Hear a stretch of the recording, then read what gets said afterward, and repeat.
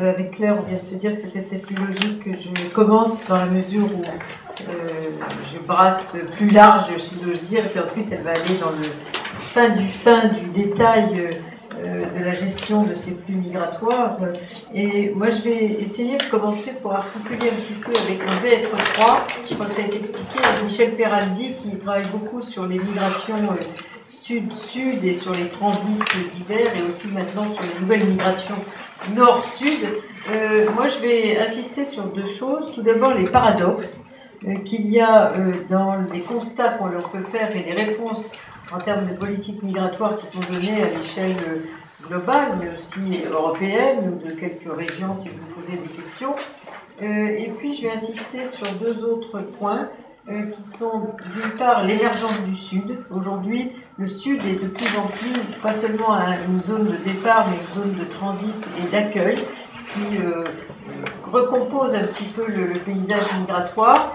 Et puis, sur finalement toute une série de nouvelles situations qui se sont produites récemment, que les gens ne voient pas et qui sont un petit peu une des nouvelles caractéristiques de ces situations migratoires. Alors tout d'abord, pour parler de l'Atlas, puisque c'était aussi le sujet de cette soirée, donc cet Atlas, il est sorti dans sa 3e édition, l'Atlas des migrations, avec beaucoup de cartes, du texte, etc. Puis je l'ai complètement réécrit, puisque la première version avait été écrite en 2005, et il a fallu bien sûr revoir non seulement tous les chiffres, mais aussi un certain nombre de thématiques qui ont évolué.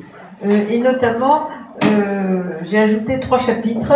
J'ai ajouté un chapitre sur le tourisme international qui se transforme en migration nord-sud. J'ai ajouté un chapitre qui concerne alors j'ai aussi quelque chose, je regarde là, sur les nouveaux enjeux, les politiques d'émigration des pays de départ, qui est aussi un sujet qui nous concerne ici, mais qui est une réalité pas seulement à l'échelle euro-méditerranéenne, mais à l'échelle mondiale. Et j'ai également ajouté un chapitre sur les relations entre migration et développement. Alors tout ça pour dire que si on regarde un peu le monde tel qu'il va, comme disait Voltaire, aujourd'hui on est dans un contexte où on a à peu près 240 millions de migrants. Rassurez-vous, je ne vous donnerai pas trop de chiffres, je vous donne juste quelques-uns en introduction.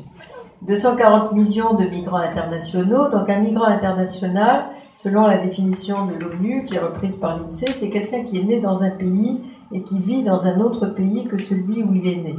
Ceci dit, c'est une définition qui est celle, par exemple, de la définition de l'immigration aux États-Unis, au Canada, en Nouvelle-Zélande, en Australie, où on compte non pas les étrangers, c'est-à-dire juridiquement les non-nationaux, mais les gens qui sont nés à l'étranger.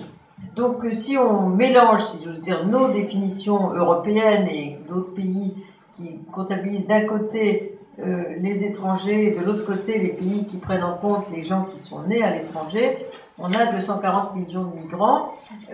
Mais aujourd'hui, ce qui a changé par rapport à il y a même 2-3 ans, c'est qu'aujourd'hui, les migrations vers le sud sont en train de rejoindre les migrations qui vont vers le nord. Nous, d'ici, on a l'impression que tout le monde veut aller au nord. Et rien de plus faux que cette réalité, puisqu'aujourd'hui, sur 240 millions, on a 130 qui se dirigent vers le nord, c'est ce qu'on appelle le sud-nord, mais aussi le nord-nord. Et puis, on a des migrations qui sont sud-sud, 110 millions, sud-sud et nord-sud.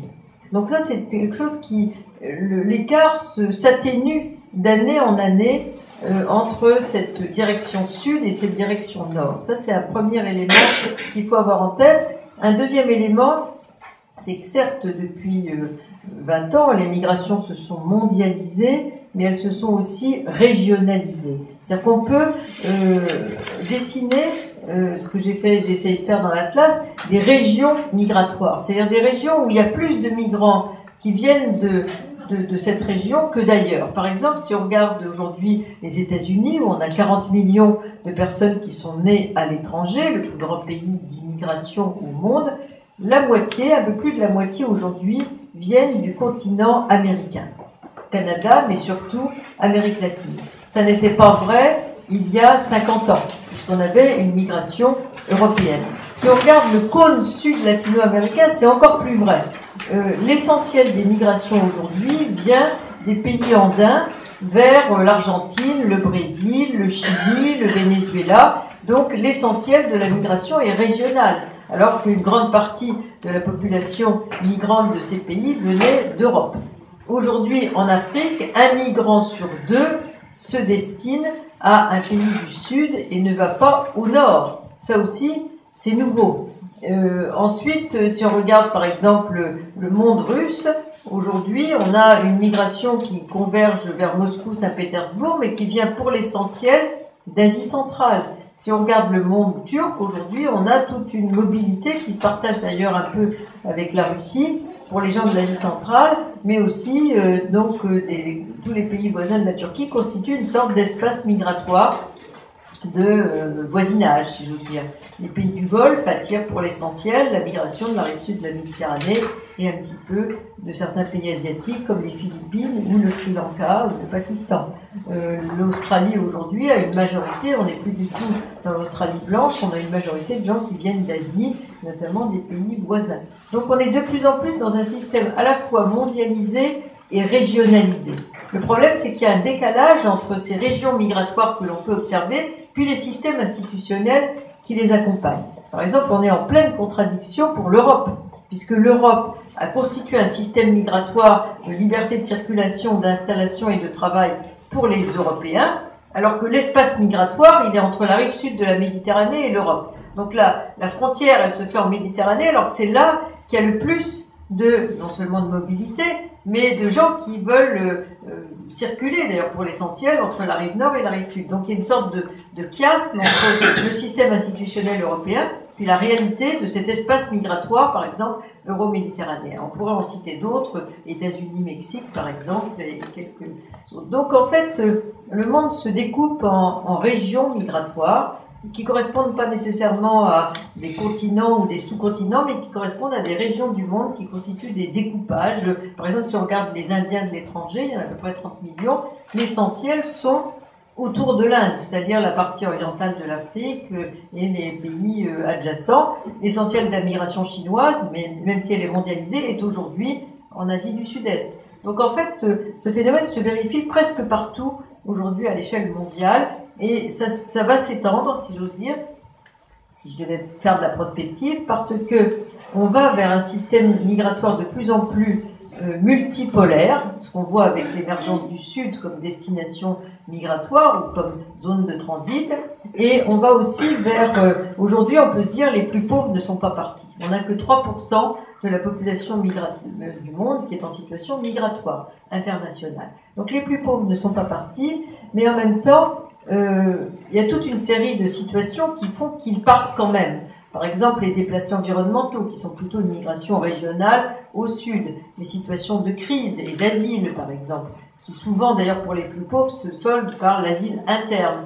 On a toute une série des nouveaux migrants, des populations qui autrefois n'étaient pas touchées par la migration parce que les migrants sont rarement les plus pauvres et qui aujourd'hui commencent, par exemple au Mexique, dans des populations indiennes qui n'étaient pas très habituées à traverser la frontière des États-Unis, qui aujourd'hui commencent à le faire, mais pas du tout sur les pas des migrants mexicains que l'on trouve en Californie. Ils vont plutôt s'isoler dans d'autres endroits des États-Unis et pas être dans le mainstream, si j'ose dire, de cette migration mexicaine aux États-Unis. Donc, au Bangladesh aussi, par exemple. Donc, aujourd'hui, comme des catégories plus pauvres de la population que dans le passé, des femmes, des mineurs non accompagnés ont commencé à migrer, ça va entraîner un phénomène de plus en plus régionalisé. Parce que les plus pauvres, ils vont pas loin. Ils vont soit dans les pays mêmes, dans les situations de crise, soit dans les pays voisins, et donc ça accentue ce phénomène de régionalisation des migrations internationales. Autre constat, alors que il y a une sorte de mobilisation internationale, un peu timide, mais quand même autour de la mobilité comme facteur du développement humain, les 2 tiers de la population de la planète n'ont pas le droit de circuler librement. Donc on est dans une sorte de contradiction essentielle, si j'ose dire, si on veut réfléchir sur le sens de la migration. Les migrants envoient 3 fois plus de transferts que l'aide publique au développement, autour de 350-360 milliards de dollars annuels, alors que l'aide publique au développement, elle est autour de 105-110 milliards de dollars. Donc 3 fois plus envoyés par les migrants dans leur pays d'origine, surtout pour un développement humain et pour un développement du pays. Là aussi, il faut bien le distinguer. Mais ce phénomène, donc, est aussi une illustration selon laquelle la mobilité est un facteur du développement humain, ce que disait déjà le rapport du PNUD en 2009. Autre élément que l'on peut constater, c'est que les migrations se sont beaucoup diversifiées. Là, j'ai fait un petit livre qui est sorti il y a 15 jours chez Ellipse pour plutôt les étudiants des classes prépa ou des premiers cycles universitaires sur les nouvelles migrations. Aujourd'hui, on a une multitude de catégories de migration nord-nord, nord-sud, sud-sud, sud-nord.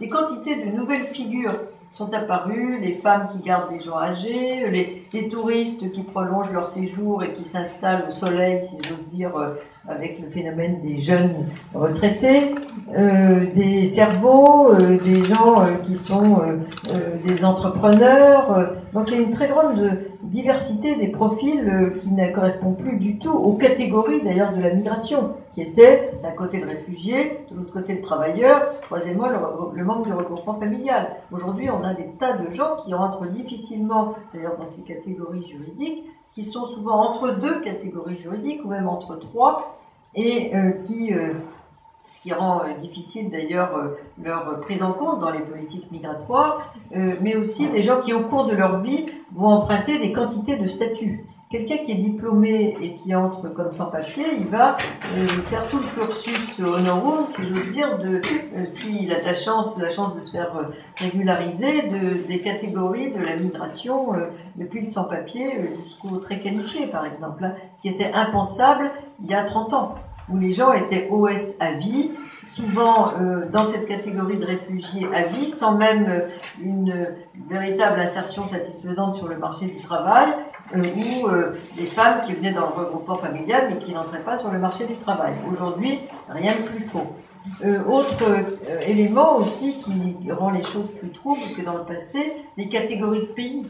Aujourd'hui, les pays sont des pays à la fois de départ, d'accueil et de transit, le plus souvent. Même la France est redevenue un pays de transit avec les Afghans, par exemple, à Calais aujourd'hui, puisqu'ils n'ont pas l'intention de rester, et ils transitent par la France dans l'espoir de passer en Angleterre. Ce qu'elle était il y a 100 ans. Pour les gens qui traversaient le territoire pour avoir le temps d'économiser de l'argent et prendre un bateau pour Le Havre ou pour Bordeaux, pour les Amériques, comme on disait.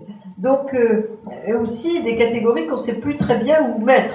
Par exemple, les déplacés environnementaux, aujourd'hui, alors c'est une genre de tarte à la crème de beaucoup de débats, mais en même temps, comme je vous disais, c'est plutôt une migration qui va se produire au sud, qui va être plutôt une migration interne, mais ils ont beaucoup de mal à entrer dans les catégories des réfugiés ou d'une migration d'urgence.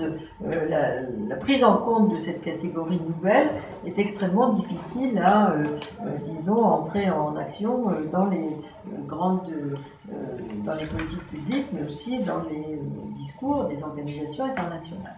Donc, on est dans une sorte de chamboulement général de ces phénomènes migratoires.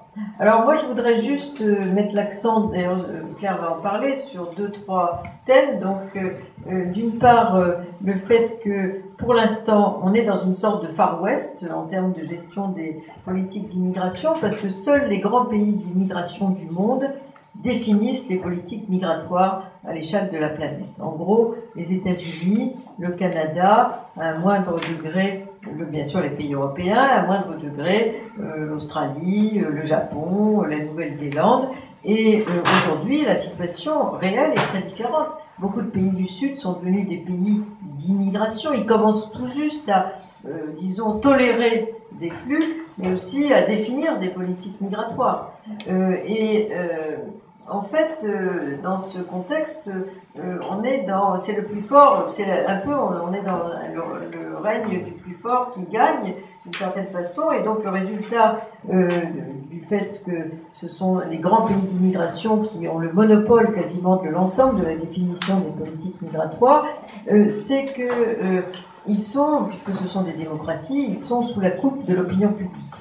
De plus en plus. Et cette opinion publique, très souvent, est très mauvaise conseillère en termes de politique migratoire, puisqu'elle est très attachée à la souveraineté des États, donc la sensibilité souverainiste, sécuritaire est très très forte. Donc les réponses de ces grands pays d'immigration, que développera beaucoup plus Claire, c'est des murs, c'est une militarisation de la frontière, c'est des morts aux abords des grandes zones convoitées par les migrants.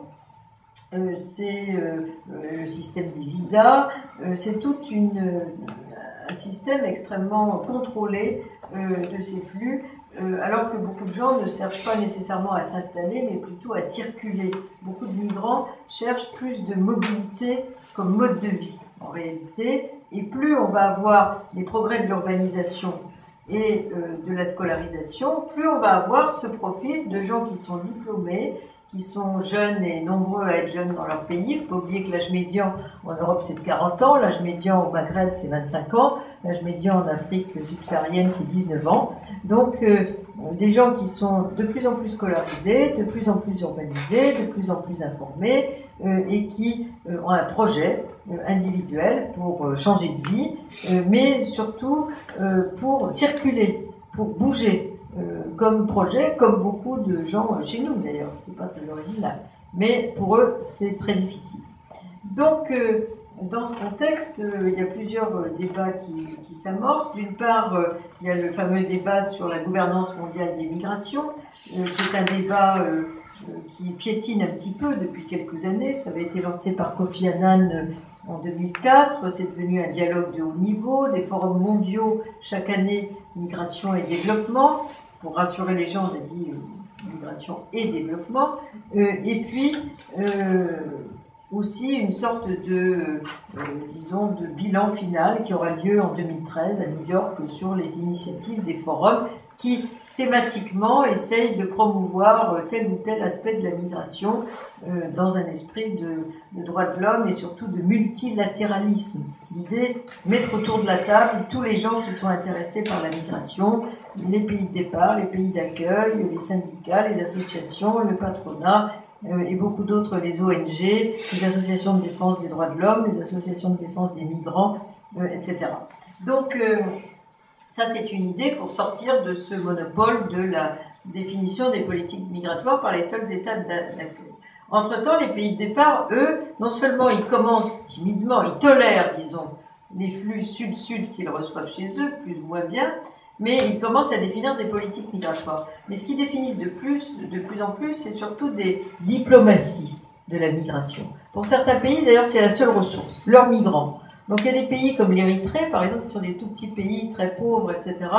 Et en fait, leurs ressources, ce sont les migrants. Donc ils se sont inventés une diplomatie des migrations, ce que font avec beaucoup plus de possibilités le Maroc, le Mexique ou la Turquie, en définissant non seulement des politiques dans leur dialogue avec les pays d'immigration, en disant nous on est favorable par exemple au droit de vote des étrangers, puisque c'est d'actualité, puisque comme ça on pourra peser sur certaines décisions qui se jouent dans les pays d'accueil. On est favorable, parce qu'ils pendant très longtemps ils étaient hostiles. On est favorable par exemple à la double nationalité, puisque nos nationaux sont aussi nationaux chez eux, et donc c'est une façon d'avoir un pied, une influence, parfois une intrusion dans les pays d'accueil. Ils vont développer toute une politique d'aide aux associations, ils vont développer aussi des politiques de séduction à l'égard de leurs migrants dans les pays de départ. Par exemple, le fait de donner le droit de vote à leurs migrants dans le pays de départ, ce que beaucoup n'avaient pas fait auparavant. Ils vont également financer le culte à l'étranger. Ils vont se déplacer, faire des discours auprès des migrants, etc., pour montrer qu'ils sont présents dans les pays d'accueil, qu'ils sont sensibles à telle ou telle thématique développée ou pas dans le pays d'accueil. Donc ça, c'est très à la mode, si j'ose dire. Beaucoup de pays de départ aujourd'hui se sont lancés dans cette diplomatie des migrations en utilisant les migrants comme finalement un instrument de diplomatie comme une autre, mais aussi en essayant de négocier, de créer des objets de diplomatie, c'est-à-dire des accords bilatéraux ou multilatéraux, des négociations sur le retour des élites, toute une série de thématiques nouvelles qui font une diplomatie aussi, qui sont des instruments, si j'ose dire, d'une diplomatie ordinaire. Donc ça aussi, c'est tout à fait nouveau. Et finalement, pour terminer sur ce grand panorama, je dirais que ce qui illustre très bien ces nouvelles directions des migrations, nord-nord, nord-sud, sud-sud, sud-nord, c'est le régime des frontières.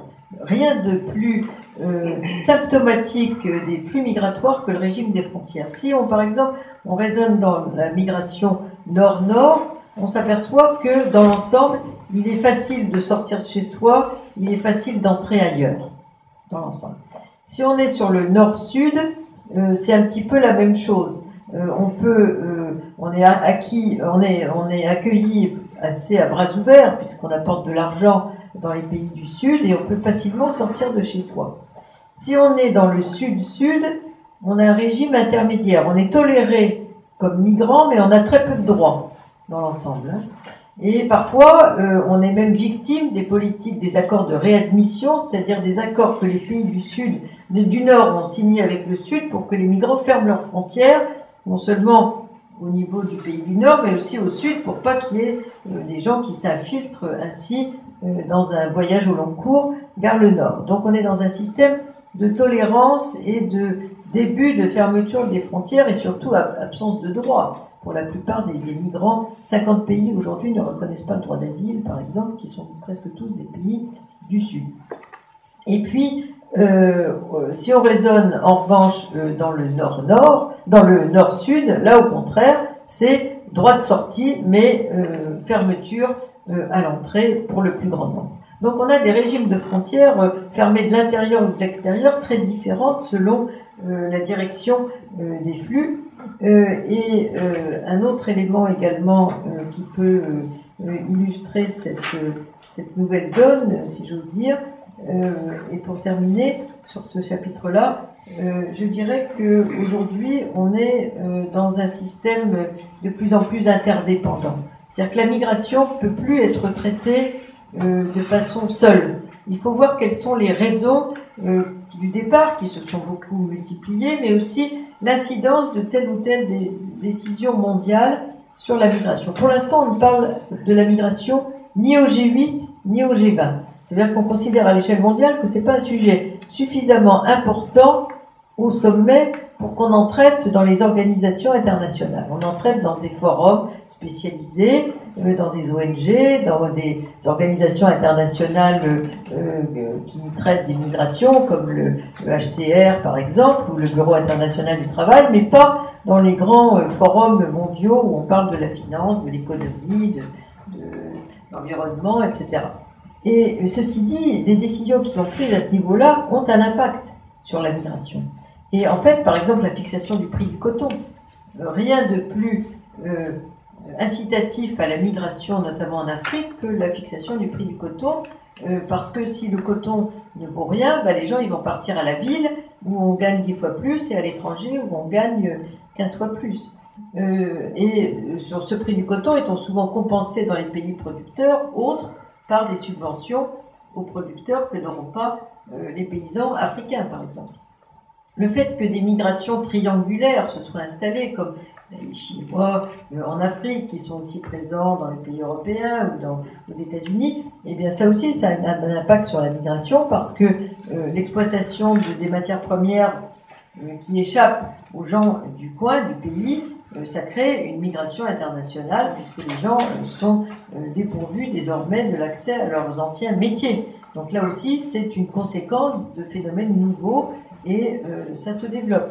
De même, des décisions en matière de déforestation ou de décisions en matière de tourisme vont pouvoir avoir un impact sur la migration si la déforestation a pour conséquence la désertification ou l'appauvrissement des sols, et donc les gens vont partir. Donc en fait, aujourd'hui, on parle des migrations de façon un peu tronquée sur la scène internationale. On en parle en tant que tel, comme objet, on commence à en parler, mais en même temps, on ne fait pas entrer en ligne de compte tous les facteurs qui viennent d'autres types de débats, de contingences, qui ont un impact direct sur la migration. Et ça, je crois que c'est un élément essentiel si on veut essayer de se projeter un petit peu au cours du XXIe siècle. On aura des migrations de plus en plus multipolarisées, donc il n'y a pas de quoi, disons, considérer que le Nord est en état de péril, ni hier ni demain, puisqu'on aura de plus en plus de nouveaux pôles migratoires, notamment au sud. On sera dans un système de plus en plus interdépendant à l'égard de quantité de décisions prises à l'échelle mondiale, et on va être dans un système de décalage de plus en plus grand entre les flux et les politiques migratoires. Donc voilà un petit peu le paysage vers lequel on s'oriente si rien n'est fait pour proposer des formes de régulation mondiale qui pourraient s'imposer aux États pour rationaliser davantage des décisions qui aujourd'hui sont de plus en plus prises à l'échelle des nations qui tiennent à leur souveraineté et qui sont très attentives aux réactions de leurs opinions publiques à l'égard des phénomènes migratoires.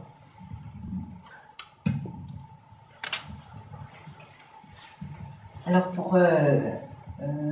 en écho un peu à ces derniers mots de Catherine, on pourrait dire que peut-être qu'on va vers, si les États sont raisonnables, ils vont vers l'avenir que tu décris, à supposer qu'ils aient envie d'être raisonnables et qu'il n'y ait pas des intérêts qui n'aient rien à voir avec l'efficacité des contrôles qui sont mis en place, qui ne prévalent pas finalement sur le reste. Et c'est un peu le propos du petit livre dont je vous parlais là, qui s'appelle Xenophobie Business, et avec comme sous-titre « À quoi servent les contrôles migratoires ?» Et c'est vraiment ce sous-titre qui a guidé ma démarche. Moi, je suis pas chercheur, je suis pas journaliste. Je travaille depuis une bonne vingtaine d'années dans le milieu associatif qui défend les droits des migrants. Et petit à petit, s'est imposée cette idée, cette question, à suivre depuis toutes ces années l'évolution des politiques migratoires, les législations successives en France, mais aussi au niveau européen, puisque depuis le début des années 2000, l'Europe a une politique commune en matière d'immigration et d'asile. À suivre ça de près, j'en suis arrivée à me demander, mais à quoi ça sert? Quelles sont les réelles motivations de ceux qui mettent en place des contrôles migratoires, puisque on n'arrête pas de dire que les contrôles migratoires ne sont pas assez efficaces, et chaque législation qui arrive après la précédente, on est vraiment tout à fait dans un système caricatural en France où pas un ministre de l'Intérieur n'est passé dans un gouvernement depuis plus de 20 ans sans donner son nom à une loi sur l'immigration. Et à chaque fois, ces lois sont présentées comme un moyen de réparer tous les défauts des précédentes, notamment sur la lutte contre l'immigration clandestine et la protection des frontières contre les passages illégaux. Et en parallèle à ce questionnement, un certain nombre de constats qui sont faciles à faire pour chacun d'entre nous, mais aussi en lisant, et notamment les travaux que mène Catherine depuis pas mal d'années, c'est que le constat, c'est que l'évolution quantitative du nombre de migrants à travers la planète, je crois que c'est de l'ordre de 3 fois, un triplement depuis le début des années 60, qui est présenté souvent comme une menace et puis comme quelque chose qui va encore s'accroître, etc., pourrait tout à fait être analysé, et d'ailleurs l'est par la plupart des gens qui réfléchissent un tout petit peu, c'est-à-dire en général pas ceux qui sont au pouvoir, pourrait être analysé comme relevant complètement de l'ordre des choses. Hein. Je prends un exemple le plus récent, quand en 2011, au printemps 2011, la coalition internationale décide de faire tomber le régime de Kadhafi et donc d'envoyer des avions sur la Libye. N'importe qui, et en tout cas ceux qui ont décidé de mettre en place cette organisation, pouvaient imaginer que ça allait entraîner des départs de population massifs et très concentrés dans le temps. Voilà, il y a des bombes qui arrivent quelque part, il y a des désordres qui s'installent dans un pays parfaitement prévisible, puisqu'on a fait ça pour ça. Il y avait une population étrangère extrêmement importante en Libye, et ça aussi, tous les analystes le connaissaient parfaitement. Et cette population étrangère a quitté la Libye de façon massive, en quelques jours, en quelques semaines. Je crois qu'on a compté 1,5 million de personnes qui sont parties très très vite et qui ont passé les frontières. Mais ce phénomène-là a été présenté, en tout cas par l'Union européenne, comme une menace d'invasion. Et tout de suite, on a mis en place des dispositifs pour empêcher qu'une bonne partie de ces migrants de tous ordres, hein, d'ailleurs, qui fuyaient la Libye, ne viennent pas en Europe. C'était même la principale préoccupation des États européens qui se sont réunis très vite, au mois d'avril, je crois, pour dire qu'il fallait absolument protéger leurs frontières méridionales contre le risque d'invasion. Alors, en réalité, une bonne partie des migrants qu'on appelait plutôt des expatriés qui étaient en Libye sont repartis chez eux, pris en charge par leurs États d'origine. Et puis, tous ceux qui n'avaient pas d'endroit où aller. Alors ensuite, il y a une autre catégorie, c'est des migrants qui ne pouvaient pas être pris en charge par leurs États d'origine parce que ceux-ci n'avaient pas les moyens de les rapatrier en avion, comme ça a été fait pour, en gros, les Occidentaux. Là, je parle de ressortissants d'Afrique de l'Ouest, notamment d'Égyptiens et d'autres nationalités, où ce sont les organisations internationales qui ont pris en charge petit à petit leur retour dans leur pays d'origine. Et puis, il y avait des gens qui ne pouvaient pas repartir dans leur pays d'origine. Il y en avait beaucoup, et là aussi, les États européens le savaient parfaitement. Il y avait beaucoup de gens, en particulier, qui venaient de la Corne de l'Afrique, des Érythréens, des Somaliens, des Éthiopiens, d'autres nationalités, qui étaient, d'une certaine façon, déjà réfugiés en Libye, bien que la Libye ne soit pas une terre d'accueil très riante, la Libye de Kadhafi, mais c'était quand même d'une part un pays où on pouvait trouver du travail, et d'autre part c'était une sorte de sas, parce que c'était très difficile de franchir la Méditerranée et d'aller ailleurs. Je crois que c'est de l'ordre de 700 000 personnes qui se sont retrouvées du jour au lendemain dans un camp à la frontière tunisienne, accueillie par la Tunisie qui elle-même venait de vivre des jours difficiles, mais qui a assumé cette responsabilité comme le pouvait, sous le regard condescendant de l'Union européenne et des organisations internationales qui ont donné un petit peu d'argent pour que la Tunisie joue son rôle de pays d'accueil. Aujourd'hui encore, il y a des personnes qui sont parties de Libye en 2011 et qui n'ont toujours pas trouvé d'autres endroits où aller que ce camp qui a été installé à la hâte, à la frontière tunisienne. Et aujourd'hui, il y a quelques jours, j'ai lu des déclarations de représentants de l'Union européenne qui sont préoccupés par qui sont interpellés par ces quelques centaines de migrants réfugiés qui sont dans ce camp en Tunisie et qui appellent la Tunisie à prendre ses responsabilités pour régler le problème de ces quelques centaines de personnes. Voilà. Il faut savoir que la France a accepté de prendre un réfugié du camp de Choucha, et que le total pour l'Union européenne, j'ai plus les chiffres actualisés, à la fin de 2011, ça atteignait à peu près 500 personnes. Hein, on était passé par 700 000 là-bas. 500 personnes, je ne sais pas où on en est aujourd'hui, je crois que l'Allemagne en a pris 200 ou 300 de plus. Enfin, voilà, on atteint à peine le millier de personnes recueillis par l'Union européenne, alors qu'on a laissé toute la responsabilité et maintenant on fait la leçon à la Tunisie pour s'en occuper.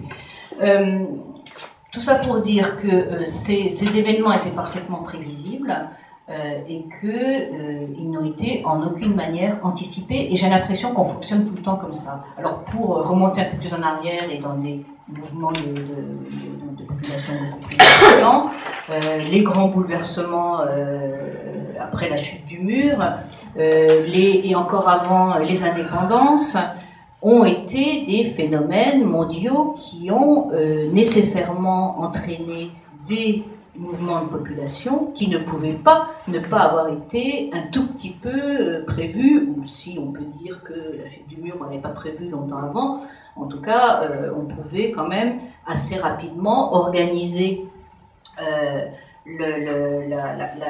cette mobilité pour qu'elle se passe dans les meilleures conditions possibles et considérer que finalement ces mouvements de population étaient la conséquence logique de près d'un siècle de désordre, de domination de certains pays par d'autres. On aurait pu imaginer qu'on engage des politiques pour faire face à cette nouvelle donne. Par exemple, une répartition plus équitable des ressources de la planète, enfin des choses un petit peu inimaginables. Au contraire, les gouvernements des pays qui sont ceux qui décident des politiques migratoires, il n'y en a pas tellement finalement, enfin comme tu l'as dit, se sont employés à dresser des barrières pour se protéger des envahisseurs. Alors l'autre constat, ce premier constat, c'est voilà, pourquoi on n'anticipe pas des choses qui sont parfaitement prévisibles quand on a en main l'essentiel des clés de comment fonctionne la planète, comment marche le monde, comment va le monde. L'autre constat, c'est que, alors là aussi c'est mon expérience qui est celle de beaucoup de gens, simplement en regardant, on a l'impression que toutes ces barrières qui sont mises en place, alors elles sont de divers ordres, il y a tout le système des visas. On pourrait parler de barrières légales, de barrières réglementaires, mais c'est aussi des barrières physiques, les murs qu'on construit, j'y reviendrai, ou des barrières virtuelles, de plus en plus, les radars, les capteurs, les drones maintenant. Toutes ces barrières sont loin d'être infranchissables, puisque on nous dit sans arrêt qu'il y a beaucoup de migrants indésirables qui parviennent à les franchir.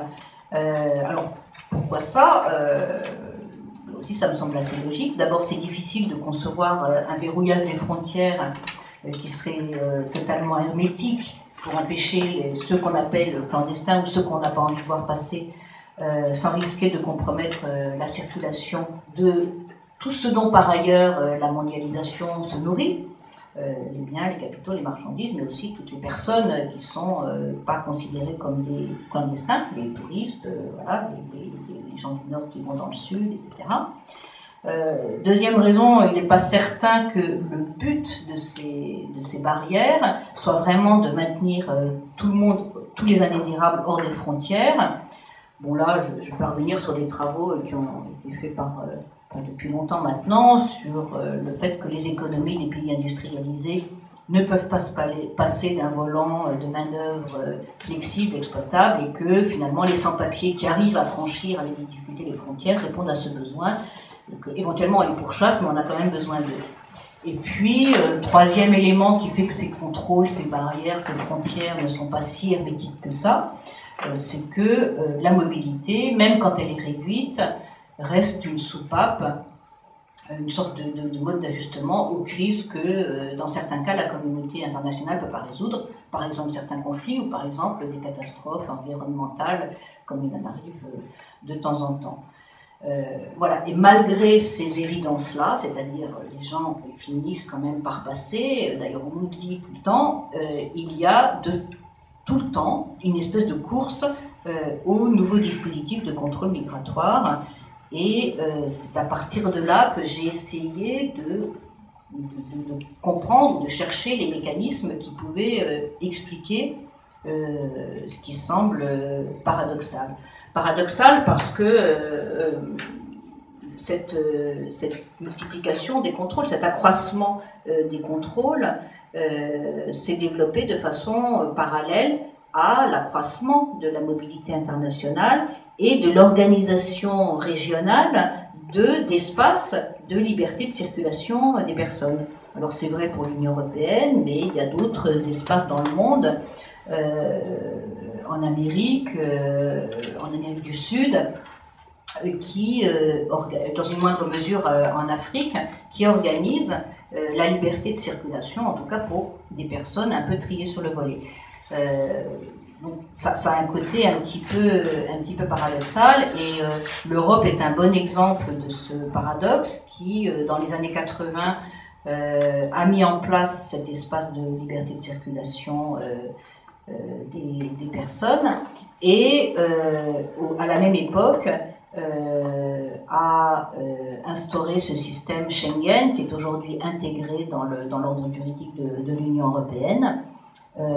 Système Schengen qui était au départ conçu pour faciliter la mobilité à l'intérieur de l'espace européen pour les citoyens européens, mais qui s'emploie pour l'essentiel à organiser la réponse policière au déficit de sécurité, entre guillemets, qui est censé instaurer cette liberté de circulation. C'est-à-dire qu'en même temps qu'on a de plus en plus besoin de faciliter la mobilité de certains, on organise, on se prémunit, on essaye de se prémunir, ou en tout cas on dit qu'on le fait, je reviendrai là-dessus, contre la mobilité des indésirables et de toute une catégorie de gens qui sont considérés comme persona non grata.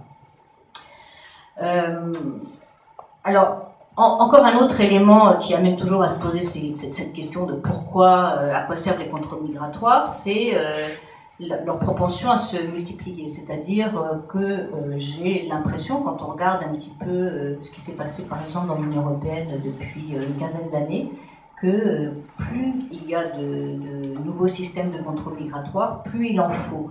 C'est une espèce de course-poursuite. Donc il y a une agence européenne qui s'appelle Frontex, qui a été créée en 2005, dont le budget ne cesse d'augmenter de façon tout à fait spectaculaire, et qui chaque année produit des rapports pour dire le nombre de personnes qu'elle a interpellées, le nombre de bateaux qu'elle a interceptés, mais qui fait voter des budgets par le Parlement européen pour justifier qu'elle a besoin de beaucoup plus d'hommes, de matériel et d'argent pour arrêter encore plus de monde que les excellents résultats qu'elle a eu l'année d'avant. Et on a comme ça des bilans autosatisfaits depuis des années, qui d'ailleurs ne donnent aucun détail. Voilà, c'est juste des alignements de chiffres que je ne vous infligerai pas, et dont on a l'impression qu'ils sont uniquement faits pour justifier devant les autorités qui prennent des décisions budgétaires qu'elle a besoin de plus d'argent. C'est intéressant de s'arrêter 2 minutes sur cette agence Frontex, parce que l'impression qu'on a depuis qu'elle fonctionne notamment en Méditerranée, Frontex envoie des patrouilles, en particulier, pour simplifier, des patrouilles, beaucoup de patrouilles maritimes pour intercepter les barques de migrants, comme ceux qu'on voit arriver sur les côtes italiennes ou espagnoles. On a l'impression, quand on regarde sur une carte, on l'a fait dans un autre atlas qui n'est pas du tout concurrentiel de celui de Catherine, et qui parle beaucoup des contrôles migratoires en Europe. Quand on suit la carte des interventions de Frontex, on s'aperçoit que au fur et à mesure qu'elle verrouille un passage, et elle verrouille très bien certains passages, par exemple le détroit de Gibraltar, ensuite le passage entre la Libye et l'île de Lampedusa, ensuite le passage entre la Libye toujours et les îles grecques. Au fur et à mesure qu'elle pose un verrou sur la Méditerranée, il s'ouvre une autre porte. Et on assiste comme ça depuis 5-6 ans à un déplacement de l'ouest vers l'est des flux de migrants qui ne font pas diminuer le nombre total d'entrées irrégulières dans l'Union européenne, comme le dit d'ailleurs la Commission européenne, ça c'est dans les rapports officiels, mais qui simplement les concentrent à d'autres points de passage. Mais pour effectuer cette espèce de chasse progressive des migrants vers l'est, et d'ailleurs ça reviendra vers l'ouest parce qu'il y a des déplacements parfois un peu inattendus, cette agence Frontex va dire chaque année j'ai besoin de beaucoup plus d'argent parce que vous voyez j'ai bien réussi à fermer le détroit du Gibraltar, mais maintenant ils sont à Lampedusa et maintenant je vais fermer Lampedusa, mais regardez ils sont en Grèce. Et voilà, le gouvernement grec d'ailleurs a poussé des hurlements au début des années 2010 en disant il faut absolument venir nous protéger parce que c'est la frontière turque aujourd'hui qui sert de principal point d'entrée des migrants dans l'Union européenne. Mais aujourd'hui, les migrants qui ont passé de moins en moins par la Turquie montent et arrivent en Europe par l'Ukraine, ils arrivent par les Balkans, ils arrivent par la Macédoine. La Serbie est remplie aujourd'hui de migrants africains, alors qu'il y a 4-5 ans, il n'y avait quasiment aucun migrant non européen, aucun étranger non européen en Serbie. Donc voilà, un phénomène de déplacement où là aussi on a une impression d'inefficacité totale. Alors pourquoi moi j'ai vu en travaillant pour ce livre trois raisons principales pour expliquer la prolifération des contrôles migratoires. La première raison, c'est une raison économique. L'économie des migrations, à mon avis, est quelque chose qui a pris énormément d'ampleur depuis les dernières années du XXe siècle. L'économie sécuritaire, c'est-à-dire technologie de pointe en matière de surveillance à distance, les sociétés privées spécialisées dans la gestion des centres de détention de migrants ou dans le convoyage des expulsés, qui utilisent pour une grande part un phénomène de recyclage dans le domaine civil du savoir militaire qui est aujourd'hui sous-utilisé parce que depuis pas mal d'années, beaucoup d'États ont réduit leur budget militaire. Donc on avait, il y avait de la main-d'œuvre très spécialisée qui s'est recyclée dans des sociétés de sécurité. Voilà, j'ai essayé de donner quelques exemples des marchés qui se sont développés dans ces 10-15 dernières années, un aux États-Unis, l'autre en Grande-Bretagne, et le troisième qui concerne plus l'Union européenne, en focalisant, mais il y aurait certainement beaucoup d'autres exemples, sur la course au centre de détention pour migrants, le vrai marché de la prison pour migrants qui s'est développé aux États-Unis, avec une collusion tout à fait évidente, et d'ailleurs pas du tout dissimulée, parce que aux États-Unis, voilà, il y a moins d'euphémisme qu'en Europe pour parler de ces choses-là, donc c'est de façon très ouverte que des lobbies, des sociétés de gestion et de détention des migrants interviennent pour faire adopter des lois plus répressives pour qu'on arrête plus de personnes et surtout pour qu'on les garde plus longtemps en détention. C'est très clair, c'est très net. Il y a une loi qui a été adoptée dans l'Arizona qui a fait beaucoup de bruit mais qui commence à faire tache d'huile et qui est directement influencée par des sociétés privées qui vendent des centres de détention clés en main dans tous les États-Unis et qui ont besoin de ce marché-là. Et c'est clair et net, ils le disent, ils l'obtiennent, ils vont voir les politiciens qui votent les lois qui correspondent à ce besoin. C'est un vrai marché et c'est conçu comme tel. Donc j'ai un petit peu raconté comment ça se passe. J'ai aussi, pour le Royaume-Uni, je me suis servi de l'exemple d'une multinationale qui utilise des gardes pour la sécurité dans le domaine de la migration et qui a obtenu énormément de marchés au Royaume-Uni mais aussi ailleurs dans le monde, Australie, Afrique du Sud notamment, qui s'occupe du convoyage des expulsés et qui s'occupe aussi de la gestion des centres de détention. Le cas de l'Union européenne est très intéressant, je trouve, un petit peu plus compliqué parce que les choses sont dites moins explicitement, mais un travail sur la façon dont s'organisent les directions chargées au sein de la Commission européenne de la recherche dans tout le domaine de la technologie de pointe, les sociétés, notamment les sociétés d'armement, qui travaillent maintenant beaucoup pour le domaine civil, et les responsables politiques qui organisent et qui décident des politiques migratoires montrent de façon tout à fait éclairante qu'il y a, de mon point de vue, un vrai besoin de pousser le discours sur le besoin de sécurité aux frontières parce qu'il y a un réel marché de la sécurité dont cette agence Frontex d'ailleurs, dont je vous ai parlé tout à l'heure, est un vecteur. Ça, c'est le premier volet, c'est l'économie migratoire, l'économie de la sécurité migratoire. La deuxième raison pour laquelle je vois que se sont développés les contrôles migratoires, c'est ce qu'on pourrait appeler tous les aspects idéologiques. Comment, finalement, dans un monde un petit peu compliqué, chaotique, pour des gouvernants qui n'ont pas grand-chose à donner à leur population en termes de...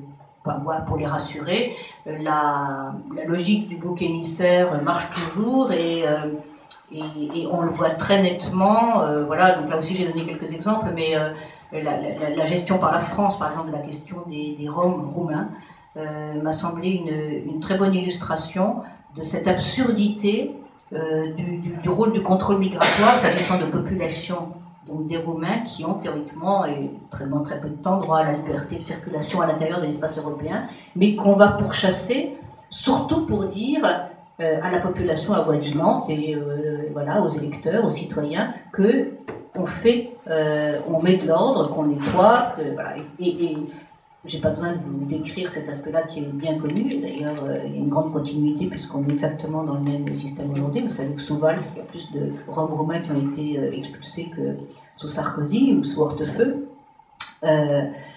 Voilà, on se sert d'une population qui sert de bouc émissaire, effectivement. On dit qu'on va la renvoyer chez elle, alors que ce sont des personnes qui franchissent les frontières à peu près sans difficulté, enfin avec des difficultés très à la marge. Donc les contrôles migratoires ne servent à rien, sauf ici, comme instrument idéologique pour des gouvernants un petit peu en mal d'arguments pour convaincre leurs électeurs du bien fondé de leur travail.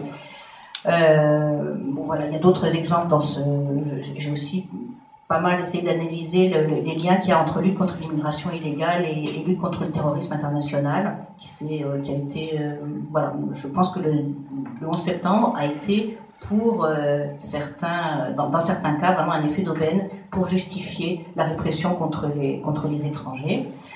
Et le troisième volet rejoint ce que tu as appelé tout à l'heure, cette nouvelle diplomatie. Je ne savais pas que tu avais traité cette question-là, cette nouvelle diplomatie et l'utilisation des migrants comme instrument de négociation, ce que j'appelle les causes géopolitiques des contrôles, c'est-à-dire qu'effectivement, les contrôles migratoires et les migrants sont des instruments de négociation pour certains gouvernants. Je pense au Sénégal, c'est un exemple que j'ai donné, j'ai parlé du Maroc et dans une moindre mesure de l'Algérie, de la Libye de Kadhafi, mais ça commence à être pareil avec la Libye post-Kadhafi. Voilà, en quoi, effectivement, négocier avec, dans le cas de ces trois pays, l'Union européenne, des visas pour ses propres ressortissants contre la rétention ou la réadmission des illégaux qui sont arrêtés en Europe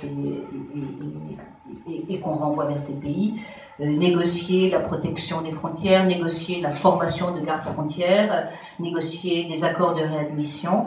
Voilà, c'est un marché comme un autre et c'est parfois, pour certains pays, comme tu le disais, c'est la principale ressource. Et ma conclusion provisoire, parce que je pense que j'ai pris trop de temps, c'est que pour toutes ces raisons, je crains que effectivement, il n'y ait pas vraiment de motif pour que les contrôles migratoires s'arrêtent, puisque, sauf à bien comprendre ces mécanismes-là et peut-être à interpeller les gouvernements du Nord et du Sud sur ces constats, puisque, étant une telle source de profit, tous ces murs, tous ces camps, tous ces dispositifs d'expulsion, même s'ils coûtent cher aux États, ils rapportent beaucoup par ailleurs. Et voilà, c'est un processus qui doit être compris et analysé pour qu'on puisse vraiment, il me semble, aller de l'avant en matière de propositions en termes de nouvelles définitions de politique migratoire, celles qui s'imposeraient si tout le monde réfléchissait comme tu le fais. Voilà, les gens ils bougent, c'est normal et ça fait pas de mal.